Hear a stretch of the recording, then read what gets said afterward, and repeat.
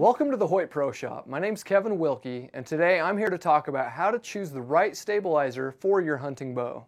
You may not know this, but a lot of the key technologies that are found on your hunting bows today can trace their roots right back to target archery. Way back in 1965, Earl Hoyt Jr. was issued the very first patent for a stabilizer used in target archery. The basic function of a stabilizer is to steady the bow while you're aiming at full draw. The same principle applies for someone that's walking a tightrope with a balancing pole. When setting up a hunting bow, the stabilizer of choice would really be contingent upon what type of hunting you'll be doing. For example, if you're hunting out of a tree stand and you have the plan of taking the quiver off of your bow and hanging it behind you while you hunt, you could probably set your bow up differently than someone that's hunting out west that would require their quiver to be mounted to the bow the whole time while they're hunting. If your plan is to shoot the bow without a quiver on it, your choices are going to be a lot simpler because the bow doesn't have a lot of extra weight on the side, like the quiver full of arrows, to weigh the bow to the one side. So you're not really trying to counterbalance anything. You're just looking for something that has the steadiest aim as well as has the most vibration reduction to make the bow a little bit quieter and smoother to shoot. So when I'm choosing which stabilizer to put on my hunting bow, I've already determined how I'm going to be hunting and how the bow will be set up, but I like to take a few shots out of the bow without any stabilizer whatsoever. That way you really can see and feel the difference between having one on and having one without.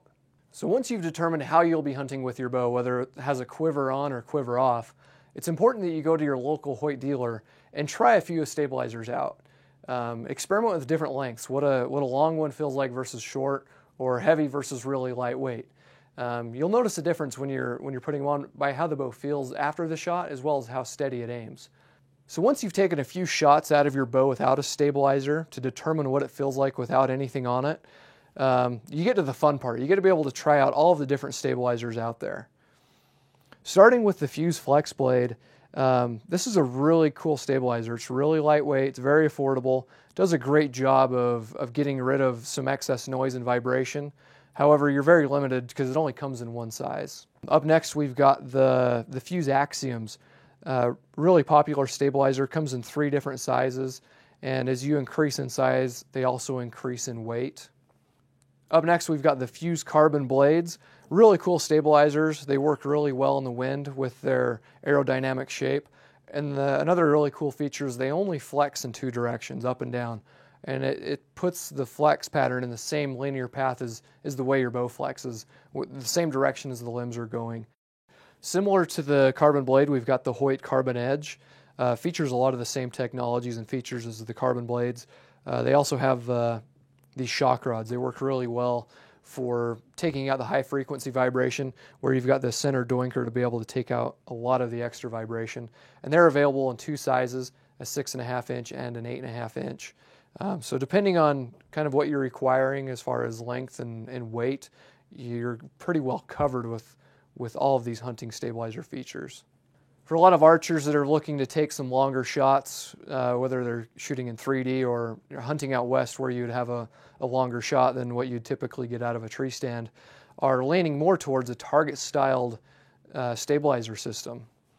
These Fuse Carbon Blades, we've got the Bowhunter Freestyle, which add a lot of weight. You can get all these disc weights in different sizes, and also you can get the Fuse Carbon Blades that are adjustable in 1 ounce increments. So if you're really looking to customize your setup, you'd probably want to lean more towards the target-styled stabilizers because, like I said, you can get them in different lengths, and also you can increase the weights very easily with just 1 ounce at a time. Like I mentioned before, you'll want to make sure that you're shooting the bow the same way that you'll be hunting with it when choosing your stabilizers. As you'll notice here, I have a 6-arrow quiver, but I only have 5 arrows in it. That is exactly how the bow will be weighted when I'm taking that first shot while hunting. So one thing that I like to do to determine if I'm going to need any additional counterbalancing is I'll draw the bow back and I'll close my eyes and I'll pretend that I'm aiming at the spot, and then I'll open up my eyes and I'll see if the bow is drifted to one side or the other. And you want to perform this test a few different times. And if you finally come to the conclusion that the bow is consistently tipping to the one side, you'll know that you can add extra weight to the opposite side to balance things out. So there are quite a few options of ways to counterbalance the bow. On this particular setup, we've used a scaled down target setup. We're running a longer stabilizer out the front with less weight, and then out the back we're running a shorter stabilizer with a few extra weights. A lot of guys are finding that running about a 3-to-1 ratio or 4-to-1 ratio, being a little bit heavier in the back than you are out the front, really gives the bow a steady aim. And these V-bars are adjustable. You can slide them in and out to really fine-tune how that bow aims and balances for you.